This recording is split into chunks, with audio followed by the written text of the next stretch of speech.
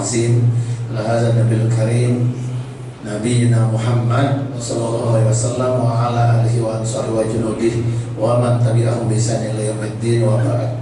Segala puji bagi Allah Subhanahu wa taala yang telah mengizinkan kita semua berkumpul di sini, tentunya untuk silaturahmi, membersihkan hati, mencerdaskan nurani, meningkatkan prestasi, mengoptimalkan potensi, membangun motivasi, tentunya dengan mengkaji, menggali nilai-nilai dan ilmu yang islami, dengan sama-sama meneladani sunnah Nabi, dengan sama-sama menyembah Allah penguasa langit dan bumi, hingga Islam bisa terus tersebar dan bersemi, pancinya berkibar sampai ke langit tinggi, walaupun kita semua harus terkapar mati seorang diri. Prinsipnya gampang, gak boleh ada dua matahari walaupun bulan pudar cahayanya, gak boleh tercabut iman dari sanubari walaupun nyawa kita jadi taruhannya. Langit yang 7 tinggallah 6, jatuh 1 di Selat Malaka. Langit runtuh di tenggelam, yang tinggal cuma surga dan neraka. Hadirin sekalian, Allah ciptakan kepada kita matahari yang mengajarkan kepada kita untuk percaya diri, tepat janji, datang di pagi hari dengan sinar yang berseri. Allah ciptakan kepada kita purnama yang mengajarkan kepada kita untuk bersinar lembut dan bijaksana. Purnama sinarnya lembut tapi penuh cinta dan pesona. Purnama sinarnya lembut tapi penuh karisma. Muslim itu kan harus kayak matahari, berani dan punya nyali. Tapi Muslim juga harus seperti purnama, lembut dan bijaksana. Berani tapi penuh kelembutan, lembut tapi penuh keberanian. Berani karena punya nyali, lembut tapi bukan karena pengecut dan penakut. Banyak Muslim yang berlindung di kata-kata lembut, padahal ikut-ikutan, nggak enakan. Akhirnya apa? LGBT di sekitar kita nggak ada yang berani tegakkan. Minuman keras di pasar-pasar swalayan bebas, padahal mayoritas Muslim, anak SMA mondar-mandir, anak pelajar SMP mondar-mandir. Akhirnya ada pelajar yang bunuh temannya karena LGBT, bukan temannya sih, dianggap pacarnya. Ada anak yang SMP bunuh temannya karena mabuk.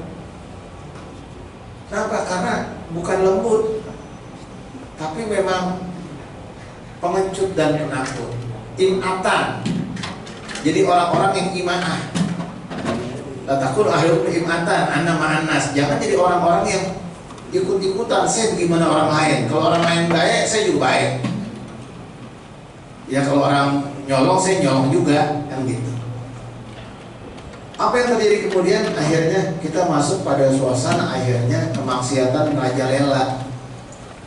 Depan kita suka nyanyi-nyanyi, nongkrong-nongkrong, kita menegur gak enak, takut ribut. Akhirnya nongkrong makin banyak, makin narkoba lagi.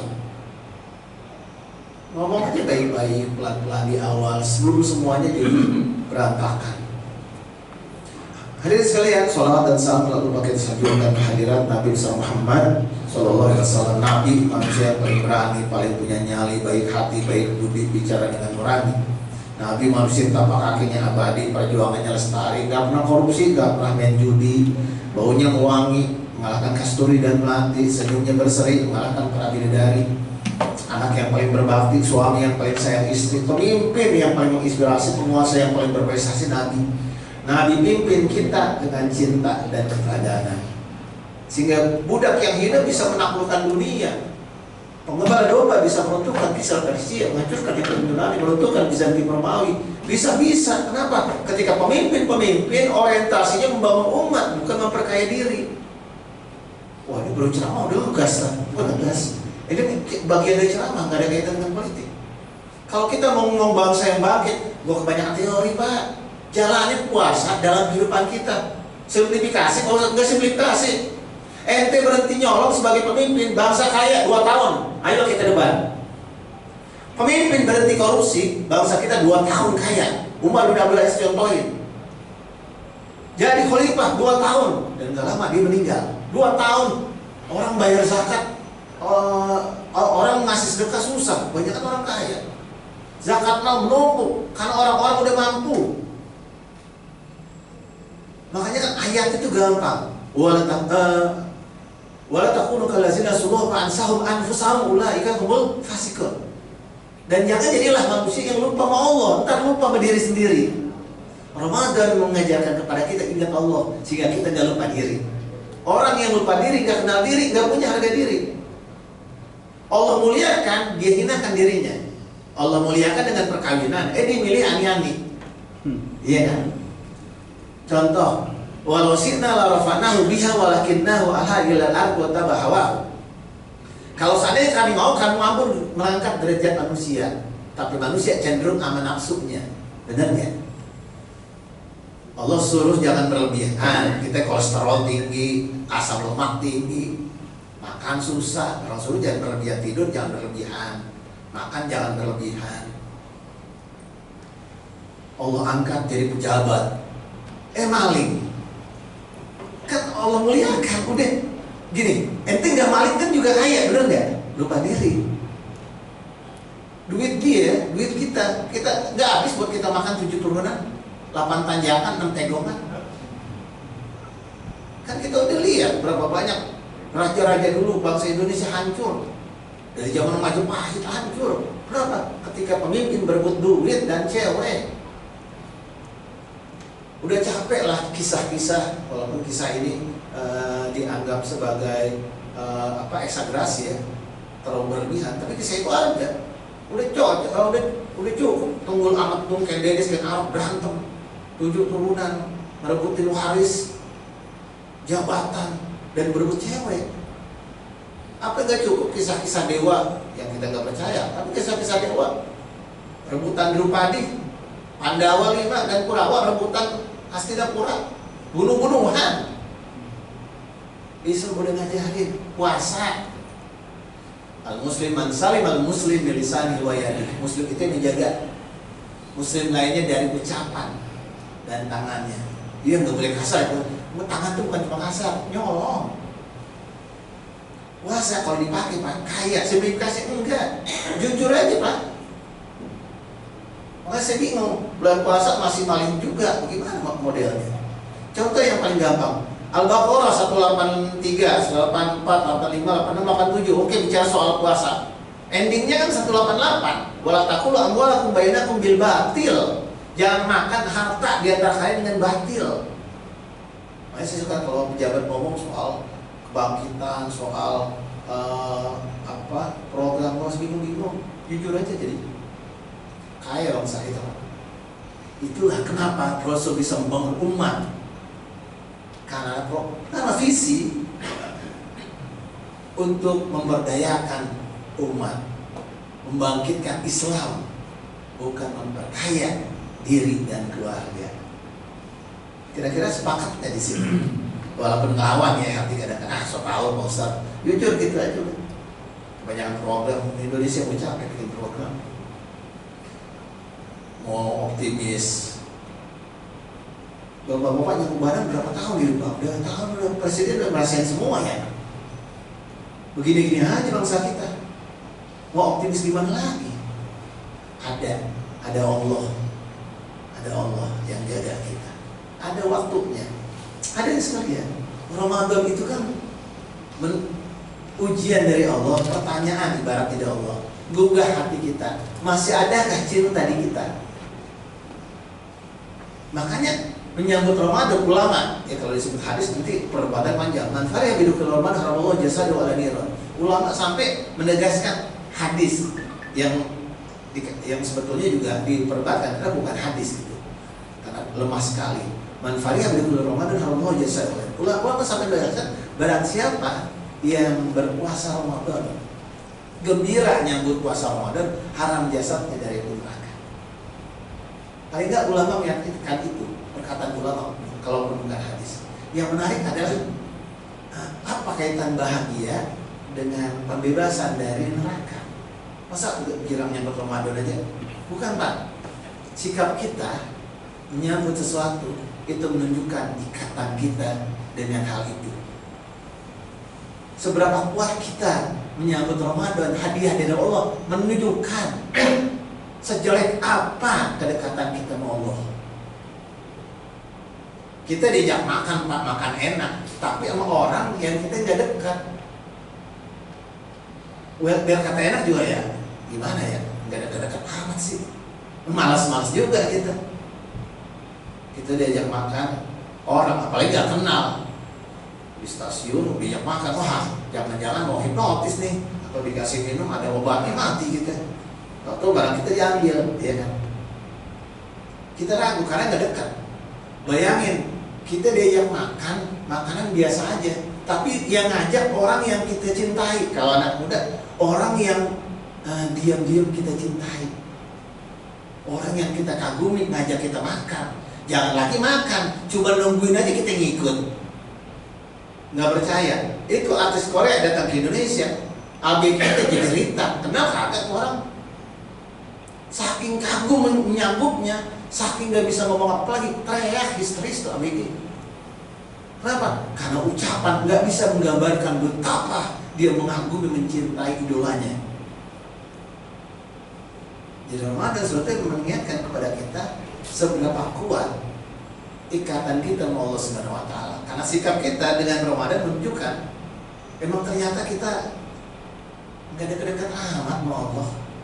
Kalau kita nganggap Ramadan B aja. Alhamdulillah, soal di sini menganggap Ramadan sesuatu yang dahsyat. Qad ja'akum syahrun azim, datang bulan yang luar biasa. Ntar kita bahas. Karena cinta akan menunjukkan jalannya. Rindu akan bertemu dengan kerinduannya. Jadi kalau seorang laki-laki dan seorang perempuan, katakan suami istri, yang suami jawab WA selalu males, selalu lambat, kayaknya ogah-ogahan. Dia telepon malas ngangkat, jawab iya lagi kerja, gitu mulu. Ngasih hadiah nggak pernah, ngeluangin waktu buat istrinya nggak mau. Diajak ke rumah mertua ogah, tapi nongkrong sama temennya, reuni sama temennya seneng. Kira-kira nih perempuan masih merasa nggak cintanya ada? Cewek naksir cowok nggak cinta sama cewek, tapi yang cowoknya malas ketemu yang perempuan, malas ke rumahnya, WA nggak dijawab, telepon juga ogah. Kira-kira nih cintanya masih ada nggak? Ragu ya. Bayangin kita ngaku cinta sama Allah, azan jadi panggilan tak terjawab, miss call. Nah kita nggak jawab, ya kan? Ke rumah Allah kita malas, baca Quran surat kita nggak buka.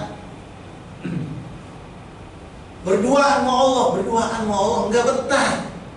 Lu punya selingkuhan selingkuhan kali ini, udah nggak betah di rumah. Berduaan istri nggak mau, kan? Jangan-jangan nih mah selingkuhan lagi ya? Iya kan kita khawatir, kenapa? Kita sama Allah nggak betah. Ini kita ditanya, masih nggak cinta? Terus kita jawab, kita sibuk, bukan sibuk. Kalau orang udah cuek sama kita, itu cuma tanda bahwa kita nggak punya makna lagi sama dia. Orang udah cuek nih, ibu dicuekin sama suami, cuekin mulu. Kalau disakit gigi sih wajar ya, tapi dia orang mulai cuek, jangan-jangan kita bukan lagi prioritas dia. Jangan-jangan, kan gitu. Ada santri saya, dia hobi ngerokok. Pondok pesantren nggak boleh ngerokok. Samping pondok pesantren kebun sawit. Kita sengnya tinggi. Depannya security sama temennya jaga malam. Dia hobinya ngerokok, cinta banget ngerokok. Berhenti gak ngerokok? Kagak. Malam-malam seng dipanjat, diem-diem. Ngerokok di sawit, ada kalau wewe gendruwo kuntilanak, belum biawak kobra. Takut kagak, kenapa? Nyebat dulu kita ngeduhon, ngasep dulu ya kan bisa. Ya sebatang dua batang, takut kagak. Rokoknya habis baru lari. Kenapa? Dia cinta. Tibang seng doang. Kita enggak ketahuan mau ustad, paling dibotakin, paling skorsing, paling dikeluarin juga jadi. Kenapa? Yang penting bisa ngerokok. Pak, kalau benar cinta pasti ketemu jalannya, iya kan? Terus kita ngaku cinta sama Allah, terus sibuk nggak ketemu Allah, bukan sibuk. Emang kita nggak yakin amat kali sama Allah, kan gitu ya? Kita yakin sedekah nafaqatan fi sabilillah katabat lahu 70 dhifin. Memberi di jalan Allah diganti 700 kali lipat. Tapi sedekah kita malas. Nggak percaya kali sama Allah. Nah, hadirin sekalian, boleh jadi cinta kita memang nggak sekuat itu. Ada teman saya tukang biro jasa bikin surat, datang anak SMP mau bikin paspor, ada bikin paspor, nggak sama keluarga, nggak saya doang. Udah bilang mau orang tua, belum sih. Oke, ada tujuannya rencana mau mana? Saya mau ke Singapura. Oh, duitnya dari orang tua, enggak saya nabung, memang mau ke Singapura udah lama. Oh, Singapura ngapain? Nonton Blackpink. Kan kemarin ke Indonesia ada deh, saya nggak dapat tiketnya. Wah kalah terus, di Singapura lebih gampang. Lihat, mau nonton Blackpink, anak saya pengen bikin paspor. Ngaku cinta Pak. Tabungan banyak, umroh gak pernah. Tabungan banyak, haji. Kalau haji wajar ya, memang daftarnya susah. Kecuali haji yang itu ya, haji yang sekali jalan. Gope sekarang gope. Ya Allah, semoga yang belum berangkat dimudahkan oleh Allah Subhanahu Wa Taala. Nah hadirin sekalian, kembali ke hal yang tadi bahwa Ramadan ini bukti. Ada nggak jalan kita bertemu Allah Subhanahu Wa Taala? Sebagaimana Asiyah binti Muzahim, harta dunia tarta nggak menyilaukan dia. Wa daraballahu lil ladzina amanu imra'ata fir'aun, bininya Fir'aun, Asiyah binti Muzahim. Isqalat rabbi ibnili indaka baitan fil jannah wa najini fir'aun wa amalihi wa najini al-qawmi dzalimin. Ketika dia berkata, nih istrinya Fir'aun, wow, tahu Fir'aun raja diraja, kekayaannya gak kira-kira. Bangku bukan cuma dari sutra, bukan cuma dari kulit rusa, dari permata. Tiang temboknya bukan marmer, dari yakut dan marjan, bukan sirup ya, yakut dan marjan yang asli itu, permata. Tas, wah kalau kita tas yang menang merek doang ya, merek apa yang semiliar Herpes ya. Wah dapat tas, bila kan saking kayanya gitu, semiliar. Dia nggak butuh itu, dia cincinnya itu bisa ngebeli dunia, saking kayanya. Bahagia enggak, bangga enggak. Apa cita-cita dia? Robbi ibnili, ya Allah bangunkanlah untukku indaka baitan fil jannah, rumah di surga di sisimu. Kita tahu kita bakal kembali ke Allah, alaihan nahya wa alaihan namut wa biha masuk. Kita tahu dunia sementara nggak bakal lama, besok kita mati. Makanya orang yang udah 40 tahun, 50 tahun nggak tobat juga di Indonesia, saya bilang emang logikanya nggak dipakai. Kenapa? Kita udah lewati berapa banyak karomah dan mukjizat tanda kutip ya. Pak, kita pakai handphone, ABG pakai handphone biasa Pak. Kita udah lewat Windows berapa Windows yang prosesornya Pentium AMD. Kita ngerasain yang nyalain komputer pakai disket, yang gepeng-gepeng gitu. Disket yang gede. Kita udah ngalamin ya kalau nyalain Windows berapa yang pertama? 3,1 itu nyalainnya 15 menit. Bikin mie 2 kali nambah baru nyala. Pak, yang kita pakai saat ini di zaman dulu itu sesuatu yang mustahil. Bener nggak? Iya kan? Bapak nelpon dulu telepon umum kan, depan kecamatan, yang pakai duit logaman. Ya duit koin kita terbatas, aja ketika tali, keplek kita cut lagi. Itu teman saya, ya, itu teman saya. Saya minjem doang. Ya terus kita bilang Tuhan nggak ada, kita udah lewatin mukjizat begitu dahsyatnya. Bahwa ternyata ngomong internet, bagaimana logikanya kita bisa ngirim video, nggak ada kabel, nggak ada apa-apa, nyampe ke teman kita di Amerika. Yang bisa begitu dulu dukun bisa. Video call, ada siapa yang bisa lihat saudara kita, nenek kita di kampung kecuali dukun. Dulu begitu, datang ke dukun, cek nenek saya bagaimana. Wah di baskom puter-puter. Oh nggak apa-apa, cepirin doang dikit. Terus kita nggak sadar diri juga.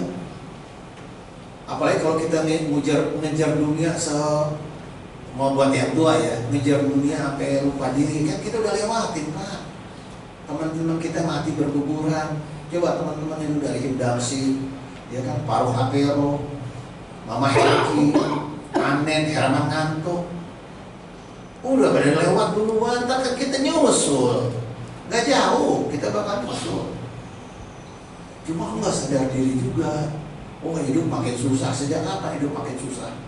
Dulu kita makan telur atuk bagi 3, didadar, diceplok bagi 3, dibelah miring berantem abang kita. Urusan telur doang. Sekarang anak kita bisa bikin mie telur 3. Dulu ciki aja nggak kebeli, tau ciki yang asli nggak kebeli dulu. Yang beli anak komplek doang. Benar kan, dulu nggak kebeli kita. Sprite, Coca-Cola, ya nggak kebeli dulu. Kita beli Orson, Sarsaparilla, Limun, madu Superman, Banteng, nggak kebeli yang begitu. Terus kita yang udah lewatin itu masih nggak bersyukur juga. Waduh, saya bingung juga kalau ada begitu. Tahu mobil-mobilan tuh yang teng-tengan kalau nabrak tembok, balik jalan lagi. Nggak kebeli bapak, beneran. Coba, nggak kebeli. Yang beli orang komplek doang. Terus sekarang kita bilang hidup makin susah, makin jauh dari Allah. Kita lupa.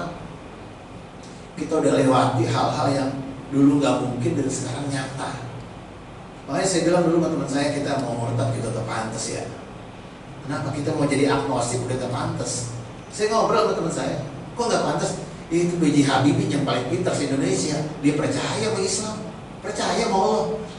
Lah ente yang IPK gak seberapa mau maki murtad, mau maki melawan Allah. Ya sepintar apa sih ente mau melawan Allah? Makanya sepintar apa kita beranalogi, berlogika sehingga ngomong Tuhan itu gak ada. Sementara orang-orang pintar sebelum kita, sampai Federasi Muslim Korea itu ketuanya seorang insinyur, profesor bidang teknik di kampus teknik di Korea. Dia yang pintar aja masuk Islam. Lah ente yang goblok makin mau murtad. Enggak, makanya saya bingung, kita mau murtadnya kita nggak pantas kita sebetulnya. Kenapa? Emang nggak sampai di situ. Nah, hadirin sekalian, Ramadan hadir mengingatkan kita. Qad ja'akum syahrun azim, bahwa iman itu nyata dan cinta sama Allah benar adanya. Telah datang kepada kalian bulan yang dahsyat. Futihat abwabul jannah, dibuka pintu surga. Ghuliqat abwabun nar, ditutup pintu neraka. Wa sufidati syayatin, roh diwetain wa sulsilati syayatin, diikat setan-setan. Kita percaya aja sama setan. Nggak usah saya. Orang pintar sedunia percaya setan. Negara mana yang dianggap paling pintar sedunia? Negara mana sebutin? Ada nggak film horornya? Ada. Takut nggak? Takut. Ada film Denan. Katanya Amerika pintar, percaya biarawati jadi setan. Denan ya tulisannya nun, bacanya nan. Kalau bacanya nun harus wal kolami wa mayastur. Bacaan percaya vampir berantem sama werewolf. Ya elah, nanti orang bego aja sih. Masih percaya yang begitu. Jepang pintar, percaya dering ada setan keluar dari TV. Ente mabok. Yang begitu ngomong begitu ada setan keluar dari TV, mabok kecubung itu udah. Itu yang pintar ini percaya setan. Kenapa? Memang ada sesuatu yang goib. Diikat setan-setan. Orang ngomong kalau setan diikat buktinya banyak maksiat. Kan yang maksiat bukan cuma karena setan, nafsu lu kegedean. Jangan setan mulu disalahin. Kemudian yang menarik, kenapa disebut diikat setan-setan? Yang menarik adalah di sini iman gak bisa dibohongin. Di luar Ramadan, berapa rajin kita sholat isya di masjid? Kalau zuhur mah pasti rajin di kantor, alhamdulillah di kantor. Sekarang kantor saya rasa ya makin berkah, kecuali buat orang yang suka nyolong. Berkah kenapa? Masjid pada penuh, orang muda sholat, orang yang tadinya malas sholat karena ada jam temennya, kok berkah dah. Di kantor-kantor yang ada tempat sholat tempat ngaji berkah dah. Kita aminin aja ya kan. Nah yang menarik adalah berapa sering kita sholat wajib di masjid. Nah Ramadan terawih wajib apa sunnah? Sunnah. Kalau kita nggak sholat, dosa nggak? Berani bapak tinggalin?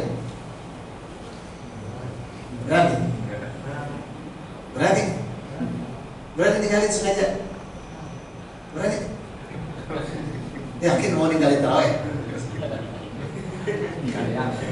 Kecuali saat kan kita loh, kita yakin mau ninggalin terawih bapak?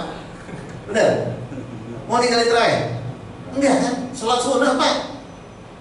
Iman apa yang sehebat itu pak di luar Ramadan pak? Mampu kita begitu loh Ramadan? Kagak. Boro-boro sholat tarawih 8, sholat rawatib kita buru-buru. Iya. Sholat duha 2 rakaat berat, kita pakai tarawih 8 rakaat, 2 rakaat laluan loh. Iman apa yang sedasar itu? Ada ulama generasi salaf bicara soal apa kedekatan kita dengan kedekatan ulama dengan Quran itu bagaimana? Disebutlah asar sahabat, karena asar Sayyidina Utsman. Orang yang hatinya bersih nggak pernah puas mulutnya dari membaca Quran. Orang hatinya bersih, berarti selama ini hati kita kotor. Enggak sih, nggak kotor, demak doang gitu. Logika kita mana ada, seberapa mustahil iman begitu. Mulut nggak pernah puas baca Quran, mustahil. Nggak mustahil Pak. Ramadan iman Bapak sempat apa? Jujur ya, jujur. Berapa sering nggak mau baca Quran Ramadan? Sering kan? Kayak nggak lepas. Iman gak bisa dibohongin Pak, itu iman kita begitu Pak. Kok kemarin kagak duit di otak kita menafsu, kayak gak bakal mati. Tapi Pak, itulah kenapa ulama dulu bilang kalau semua tiap bulan ada bulan Ramadan, sungguh itu sebuah keberkahan cukup buat kita. Ulama kholaf ditanya, bagaimana kedekatan sahabat dengan Quran? Jawabannya, sebagaimana kedekatan kita dengan HP kita. Mana mungkin tiap hari kita bilang, mungkin Pak. Sampai Bapak sekarang buka HP di masjid baca Quran. Anak-anak muda bibis baca Quran, lagi rapat pada baca Quran. Semuanya baca Quran. Segitu imannya, kuat iman kita segitunya. Gak usah gaya-gaya, bukan gaya-gayaan. Emang iman kita gak bisa dibohongin. 2 kondisi yang bikin iman kita gak bisa dibohongin. Pertama lokasi, yang kedua waktu. Lokasi misalnya tempat bencana, kematian keluarga. Pas kematian keluarga semuanya dalil-dalil ngomongnya astagfirullah ya Allah, ngomong gitu semua. Tapi kalau satu tempat yang gak bisa dibohongin iman kita, ketika kita serius ke sana, tapi itu Mekah dan Madinah. Baru nyampe kuburan Nabi, baru karpet Nabi di Rodoh kita lihat, nangis. Gak bakal bisa dibohongin. Sampai kita keluar Madinah itu dari Masjid Nabawi, kita jalan sampai mundur. Saking cintanya kita mau, Allah cinta kita yang pertama, Allah cinta kita yang terakhir, Allah cinta kita yang sejati. Alastu birabbikum kita yaqulu bala syahidna. Apakah benar engkau ada Rabb, aku ada Rabb? Kita yaqulu, benar ya Allah. Jauh-jauh kita di Madinah udah sholat, sampai jalan kaki ke Masjid Kuba, mau ngapain? Foto-foto Jepang lebih cakep. Bukan soal foto, saya mau sholat di Masjid Kuba. Cuma mau sholat doang, jauh-jauh dari hotel, mau ngapain? Masjid Kuba. Dari Mekah ke Madinah, jauh-jauh, mau lihat batu doang, bukan. Iman gak bisa dibohongin. Kita kalau udah lihat Ka'bah, pengen nangis. Mau tinggal tetap di Mekah, gak punya duit. Nyampe rumah udah lupa lagi mau Ka'bah. Mau diapain? Pertama tempat. Yang kedua waktu. Waktu iman gak bisa dibohongin Ramadan. Karena ketika Ramadan masuk, langsung kita berubah. Berebut pengen baca Quran, tiba-tiba mulut kita kesannya gak pernah nyium dosa. Kenapa? Anak Quran tuh lengket benar. Anak Quran lengket benar. Bangun jadi lebih gampang, sholat lagi subuh berebut ke masjid. Nah, itulah kenapa jangan jadi pengkhianat Ramadan. Apa itu? Ramadan masih ada, kita sibuk mikirin Lebaran. Lebaran boleh mikirin? Boleh. Emang apa? Tradisi. Bahkan pahala, Ustaz, jenguk orang tua pahala banget, bagus, tidak masalah. Jangan sampai itu menipu kita. Pahala terbesar di Ramadan, iman yang kuat di Ramadan, keberkahan yang banyak di Ramadan. Di Syawal udah biasa lagi, keluar 1 Syawal kita udah malas lagi ke masjid. Bukan kita ya, tetangga kita kali ini, kita ikutan bisa gitu juga. Iya, 1 Syawal habis takbiran udah malas sholat, udah malas ngaji, nggak nyampe seminggu, nggak nyampe sebulan, Quran udah mulai jarang kita baca. Yang konsisten baca yang emang sebelumnya baca. Maka jangan ketipu dengan siapin Lebaran. Wah, apalagi nyiapin Kalau malam 10 hari terakhir kita sibuk mikirin apa ketupat, sahabat keluar dari masjid, ya Rasul, sahabat ini kemana? Lagi beli ketupat buat lebaran, beli nasar kan? Boleh nggak jadi? Boleh. Siapin dari sekarang Pak, ntar pas dikit udah banyak mungkin dari sekarang. Makanan beli dari sekarang, beras 5 karung. Duitnya belum ada, karungnya aja dulu. Kita kumpulin. Ya maksudnya silahkan, tapi yang utama Ramadannya. Kenapa? Karena ini bulan cintanya Allah. Rohimah anfu abdin dakhala alaihi Ramadan falam yuqallahu. Ada orang yang celaka. Kenapa? Ramadan berlalu daripadanya, dosanya gak diampunin juga. Allah masih bersama dia, cintanya Allah masih sama dia. Dia sibuk mikirin orang lain. Temen udah ada di sini ngobrol, dia sibuk main HP, nyaut ke temen yang lain. Di mana lu segala macam. Ada temen lu ngobrol, makanya mancing biar tahu. Mencatur kita tetangga, teman ada di kita main HP. Coba kalau depan bos berani nggak gitu? Pecat kita, Paro, nggak mandang saya kamu. Bos aja kita pandang, masa teman kagak. Ini ada bersama kita, Ramadan kita sibuk mikir lebaran. Pada tawang di mall, satu lantai 2, beli kagak, muter-muter doang. Nah kalau sekarang trennya udah nggak ada, jarang orang sekarang Ramadan ke pasar. Kenapa? Karena bisa beli online. Ya alhamdulillah itu bersyukur juga, jarang jalan-jalan ke pasar karena sibuk di online. Cuma jadi gampang keluar duit doang kan gitu. Nah hadirin sekalian, celaka seorang hamba yang Ramadan berlalu daripadanya, dosanya gede bencit juga. Famal lam yughfar lahu fi Ramadan, falam yughfar lahu fi ma siwahu. Kata ulama, orang yang Ramadan aja dosanya gak diampunin, maka patah lagi entar di luar Ramadan. Yang bulan penuh ampunan aja kita gak diampunin, maka Ramadan itu ibarat bingkai. Bingkai yang indah.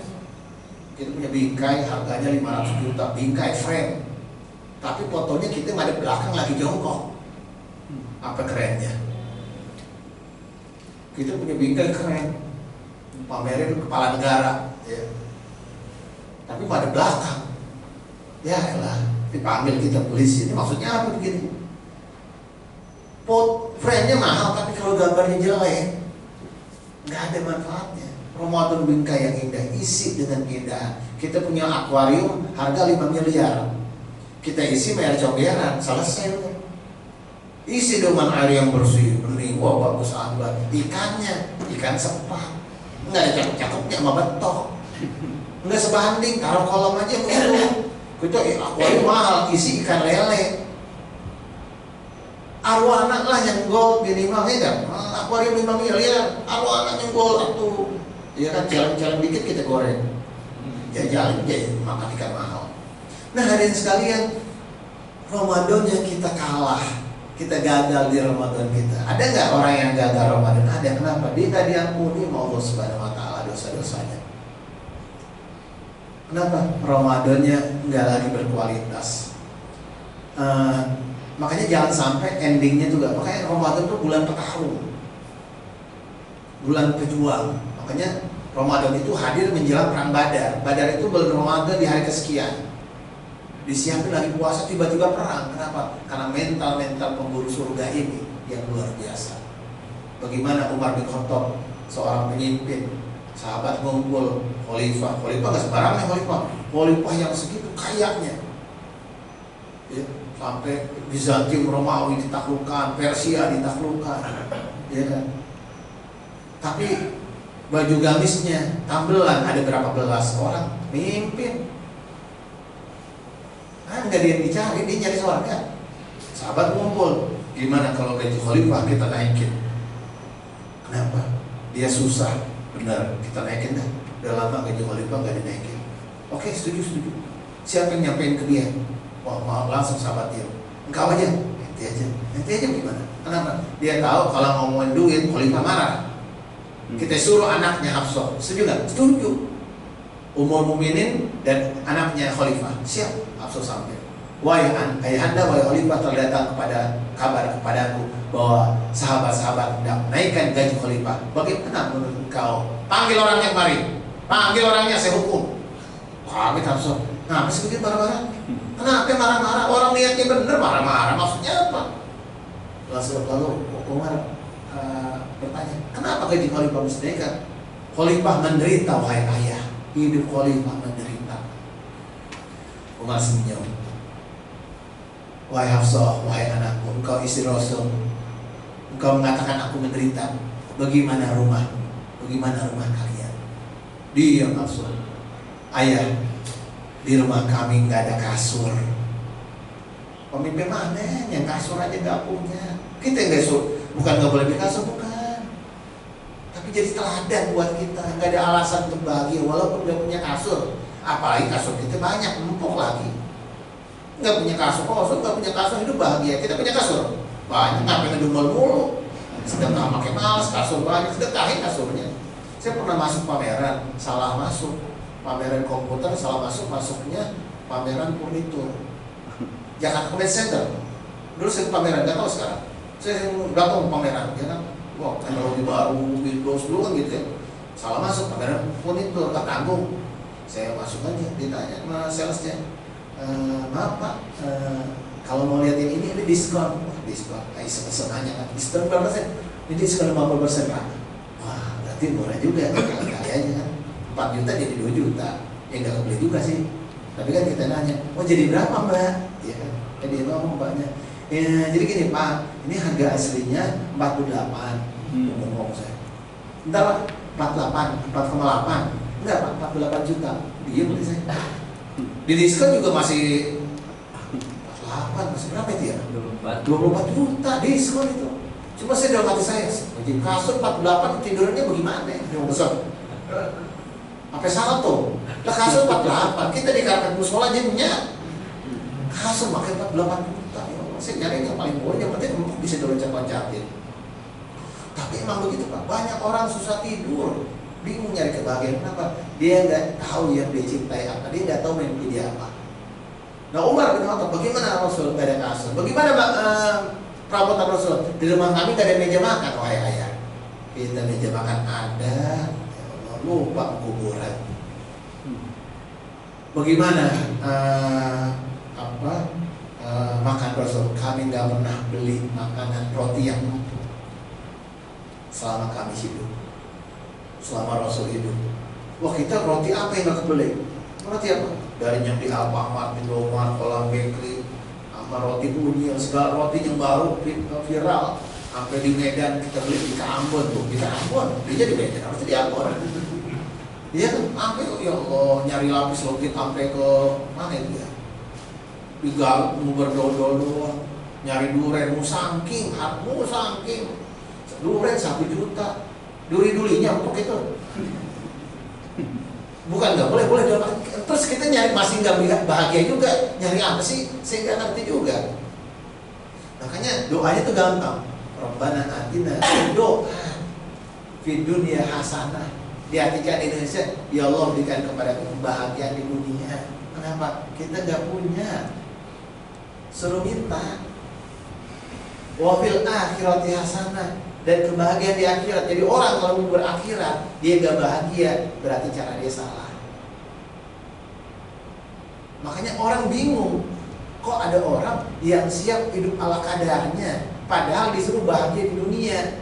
Allah kasih dia jalan menuju bahagia bukan dengan harta, tapi kedekatan dirinya sama Allah Subhanahu wa Ta'ala. Kita pernah lihat orang naik gunung. Ada orang naik gunung sampai mati, yang di Rinjani mati, yang di kemarin trail run Ngongkrang mati juga, selamat mati juga. Tapi orang nggak berhenti naik gunung, nyari apa? Mobil ber-AC, dia jalan kaki sampai ke Nyengklang. Kamar mewah, empuk, anget, ada AC-nya juga. Dia tidur di tenda, kehujanan, hipotermia. Nyari apa sih? Tapi orang-orang naik gunung nggak bakal nyesal. Dia akan lihat yang tega atau indahnya gunung. Kalau udah sampai di puncaknya, segala lelah hilang. Pertanyaan saya, ada nggak yang lebih indah dari surga? Ada gunung lebih dari surga? Nggak ada. Lebih indah dari Jaya, lebih indah dari Rinjani, lebih indah dari Fujiyama, lebih indah dari Kinabalu. Kalau orang berani mati jalan kaki menuju gunung, puncak gunung, kita harusnya berani mati melangkah menuju surganya Allah. Dia tinggalkan rumahnya, dia tinggalkan makanan enak, cuma mau jalan kaki manjat gunung, mau ngapain? Saya nggak mau hidup pendaki gunung, karena saya pendaki gunung, saya tahu. Kita nggak bakal nyerah walaupun hujan turun, kita nggak bakal mundur walaupun ada badai selama masih kita lewatin. Tapi saya selalu bilang, kalau naik gunung begini aja saya kuat, apalagi cuma untuk ngubur yang lebih indah dari ini. surganya Allah Subhanahu wa taala. Nah, hadirin sekalian, bekal menuju Allah Subhanahu wa taala. Untuk itu Ramadan Ramadan ini saat yang tepat buat kita meluruskan visi kita kembali. Masih adakah cinta kita pada Allah Subhanahu wa taala? Nah, nanti dicek yang terakhir Pak, itikaf Pak. Kalau yang mau pulang kampung ya, waktunya dikit. Tapi kan sebelum pulang kampung bisa. Itikaf itu cuma ngecek Allah sayang banget sama kita. Allah ngajak kita duaan, ngajak kita ngobrol, ngajak kita ketemuan dengan intens. Masih ada nggak surga di mata kita? Masih. Ngumpul di masjid, itikaf. Karena suatu saat kita tinggalkan dunia, kita tinggalkan semuanya, nggak ada lagi maknanya lagi. Kalau nanti udah mati, udah putus sama dunia. Dan itu nggak lama, saatan sebentar. Nggak lama tahu-tahu kita udah SMA, nggak lama tahu-tahu punya anak, nggak lama umur kita udah 48, nggak lama umur kita 52. Baru kemarin Pak kita ngobrol layangan sama teman kita masuk ke Ciburu Sumur. Sekarang ini Ramadan itu hadir mengingatkan kepada kita. Apa yang kita cari? Man shoma Ramadan imanan wa ihtisaban ghufira lahu ma taqaddama min dzambi. Barang siapa puasa dengan sungguh-sungguh, dengan harapan, maka Allah hapus dosa yang telah lalu. Man qoma Ramadan, barang siapa berdiri di waktu malam sholat bulan Ramadan dengan kesungguhan dan gimana, Allah hapus dosa yang telah lalu. Nah, selain saya pengen tutup dengan ayat yang menceritakan kita syarat keimanan. Ramadan momen yang pas buat kita bermesraan sama Allah Subhanahu wa taala. Innamal mu'minuna allazina idza dzukirallahu wajilat qulubuhum. Dan orang beriman kalau dengar nama Allah bergetar hatinya. Nama Allah ada nama yang paling indah di hatinya, paling indah di telinganya. Maka azan Allah ajarin kepada kita untuk senang azan. Lihat sekarang azan maghrib, pada senang kan? Luar biasa. Nama Allah ada nama yang paling indah di hati kita, paling indah di telinga kita. Lanjut, wa idza tuliyat alaihim ayatu zadatum imanan. Dan kalau membaca ayat-ayatnya bertambah kecintaan kita. Ini logikanya di mana? Pak, orang kalau cinta sama orang lain dapat surat cinta dibaca berulang kali. Itu surat cinta dapat WA, kita nungguin WA, gak usah kekasih. Kita WA dari bos yang, aduh ini bos biasa kasih bonus. Ini kok gak WA ya? Kita nunggu WA dari klien. Ini surat dari Allah, dan surat ini bukan sekedar WA. Surat ini adalah mukjizat yang diwariskan. Ramadan kita disuruh baca. Kenapa? Ini kekuatan terbesar kita. Syafi'an li ashabi, jadi penyelamat kita di akhirat. Allah paksa kita untuk dekat lagi dengan Quran. Dan kita nurut dengan ikhlas untuk dekat dengan Quran. Quran mukjizat yang diwariskan. Kita bangga dapat warisan dari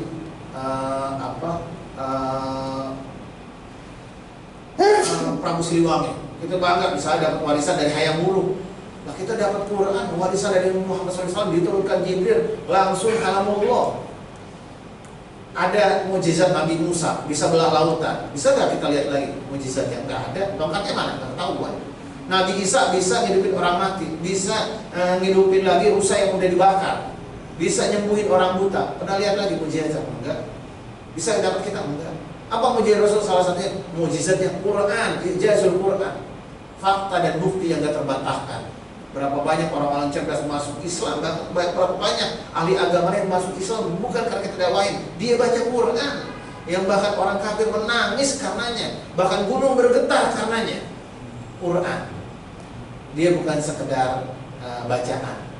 Mukjizat Rasul ada pada kita, mukjizat yang diwariskan. Ramadan dekat sama senjata kekuatan utama kita. Apa itu? Bahasa Allah, surat cinta Allah sama kita. Wa ala rabbihim yatawakkalun. Kepada Allah kita bertawakal.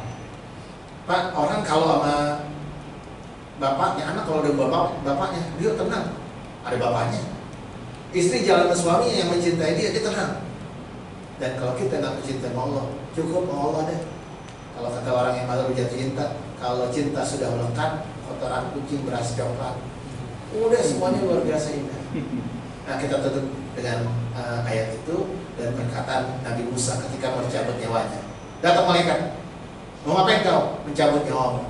Perintah siapa Allah? Apa kata Nabi Musa? Apa mungkin seorang kekasih menginginkan kematian kekasihnya, malaikat digituin, ya elah, yang begini saya ditanya, saya kan nggak ngerti-ngertian begini. Balik lagi ke Allah, datang lagi, kata Umar, apa jawabanmu? Apa kata malaikat? Adakah kekasih yang nggak mau berjumpa dengan kekasih? Ada nggak kekasih yang gak rindu dengan kekasihnya? Apa kata Nabi Musa? Cabut nyawa saya sekarang. Nggak ada. Kalau kita nggak mencinta Allah, nggak ada di antara kita yang pengen berpisah dari kasihnya. Dan itu adalah Mekah dan Madinah. Iman akan kembali ke Madinah sebagaimana ular akan kembali ke sarangnya. Kita kalau udah lagi umroh, lagi haji, itu nggak mau misah banget dari Mekah, dari Madinah, Masjidil Haram. Sampai kita rela-rela tiap hari pakai baju ihram biar bisa nyolong-nyolong sholat depan Ka'bah. Ramadan saat yang tepat buat kita untuk kembali kepada Allah. Itu saja. Kalau syukur matahari sabar bulannya, kalau iman di sanubari surga balasannya, kalau hidup itu perahu mati dermaganya. Kalau Allah yang kita tuju, insya Allah kita bahagia. Wallahul muwaffiq ila aqwamit thoriq wal hadi ila sawa'is sabil. Assalamualaikum warahmatullahi wabarakatuh. Waalaikumsalam warahmatullahi wabarakatuh. Semoga menginspirasi iman kita dan membuat semangat belajar kita. Dan hadirin Bapak Ibu jemaah rahimakumullah, selain kami mengadakan program kajian spesial Ramadan, kami juga mengadakan takjil buka puasa bersama di masjid ini serta dilanjutkan dengan ibadah maghrib, isya dan tarawih. Untuk itu kami mengajak pada para ibu, bapak untuk bisa memberikan kesempatan untuk berdonasi atau memberikan luasan rezekinya bagi para karyawan atau pegawai yang masih di kantor atau masih melaksanakan tugas-tugasnya. Kami menyediakan takjil buka puasa bersama serta dilanjutkan dengan salat tarawih. Untuk itu kami buka peluang donasi per hari sebesar 500.000 untuk pengadaan takjil, OB, teknisi, satpam yang kerja malam serta yang lainnya, para tamu yang masih di masjid. Untuk itu silakan bagi Bapak Ibu yang berkenan untuk berdonasi untuk penyediaan takjil buka puasa di masjid ini, bisa menghubungi para pengurus masjid atau bisa lewat via WA langsung. Untuk itu mudah-mudahan amaliyah para Bapak Ibu diterima oleh Allah Subhanahu wa taala. Dan sebagai informasi, kami telah menerima 3 dus kurma untuk disalurkan di penyediaan takjil buka puasa di masjid ini. Terima kasih. Dan untuk Senin depan kita akan berjumpa kajian spesial bersama Ustaz Fikri Satijal LC dengan tema Ramadan antara substansi dan tradisi. Assalamualaikum warahmatullahi wabarakatuh.